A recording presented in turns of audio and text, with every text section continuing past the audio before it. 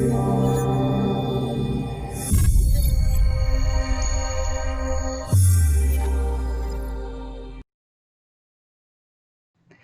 guys, it's going to be another fun painting, and this is going to be the watercolor style, or my style, sketching style.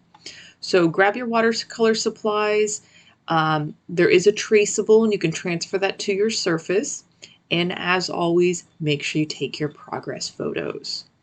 Now for watercolors, like I said, this is going to be my style. So we're going to go kind of quick and use kind of chunky colors, and I'll just talk about an overview on how I work with watercolors.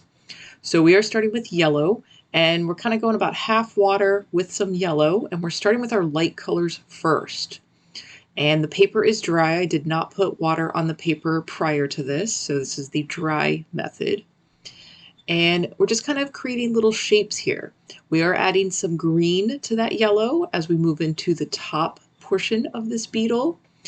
And as you work with watercolors, there's a certain amount of letting go of control, especially as the two colors kind of blend together.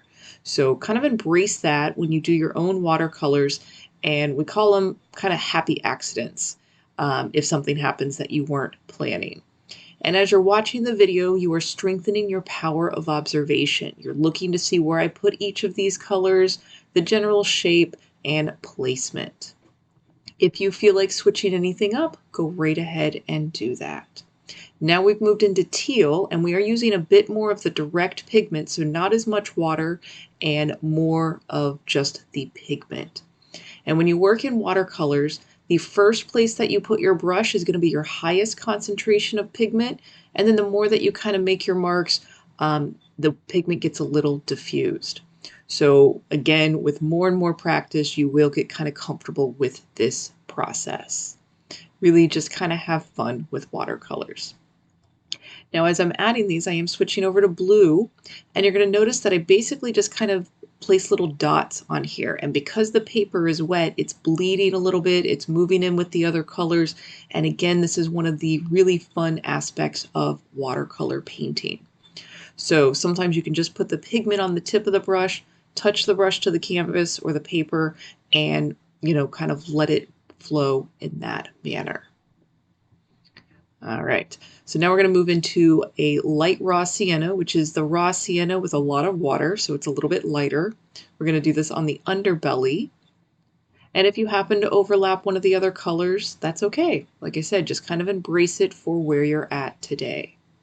Now we are going to move into a little bit of a really light burnt sienna. It's kind of a bit of a reddish brown.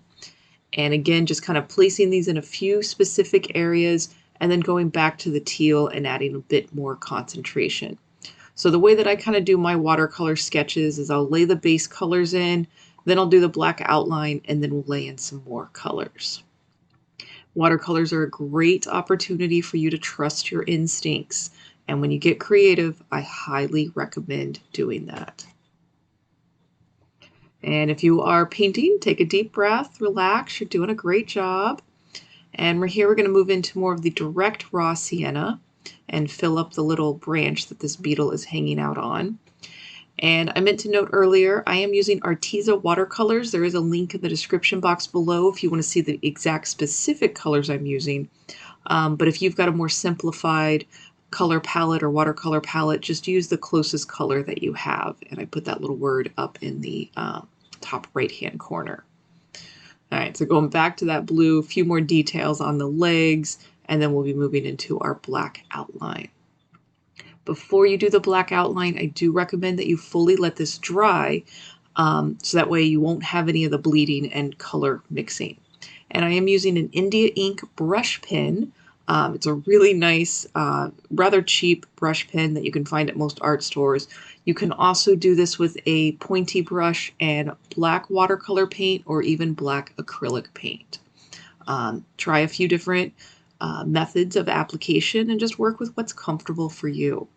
No matter what application you're using, as you do this, I want you to mind the pressure of your brush. Light pressure is going to create a skinnier line. More pressure is going to create a bit of a wider line. And when you're starting out with painting or watercolors, you may have a variety of those widths of line. Just play with it. I tell a lot of my students, I want you to be an adult kindergartner as you create. Be kind to yourself, just play, and if something messes up, Bob Ross coined it right, we're going to call them happy accidents. And again, as you're doing this, just make sure you keep breathing. If you find that your brush is kind of shaky, that does mean you're holding your breath. So take a big inhale, just relax. You're doing great. And for some of those spots, you can see that I did just use a little bit more pressure to create that width. So again, just play with different ways of holding the brush. And if you need to, I kept this in the same direction, but if you need to turn your painting or your paper upside down or sideways as you're making these lines, feel free to do that. Again, I recommend letting this dry and then moving into our second round of colors. And I'm going to start with blue, and we're basically just going to kind of intensify some of the shadows and some of the colors. So using that light pressure, I'm just kind of going on the top shell of the beetle. And the paper's kind of dry, kind of wet. It's kind of in that in-between stage, so it is bleeding a little bit on mine. If you waited a little bit longer to add yours, you might not have as much of the bleeding or the blending that is happening on screen right now. And watercolors is pretty awesome that you can paint the same thing multiple times and each one's going to be a little bit different based on where you're at each day and the variables that you have when you make each creation. And trust your instincts. If you're inclined to put a color or different color somewhere I do not put it, go ahead, give it a try. Your instincts are there for a reason. And if you can learn to trust them in your creative efforts, your growth will be that much greater and you'll be happier with your own results. All right, so we're going to do that yellow. We're just going to beef up some of that intensity. So I'm not using a whole lot of water and grabbing a bit more of just the direct pigment. And again, just overlapping little dots as we place it on the paper.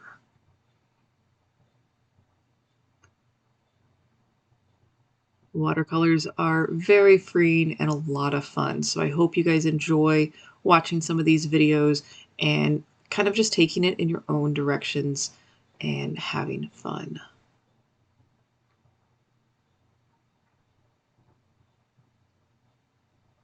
And I encourage everybody to find creative outlets on a regular basis for yourself. The only way you can get better at anything is with practice. And watercolors are one of the more affordable and cheaper options to try. So if you can't quite afford acrylic paint, try some watercolors and work your way up to maybe using oils. Completely different process. All right, so just adding some of that raw sienna, a bit more of the direct pigment so it's a little darker on the legs and the underbelly of the beetle. So thanks again for hanging out with me and enjoying that watercolor sketch. I look forward to what you guys create. And until next time, cheers.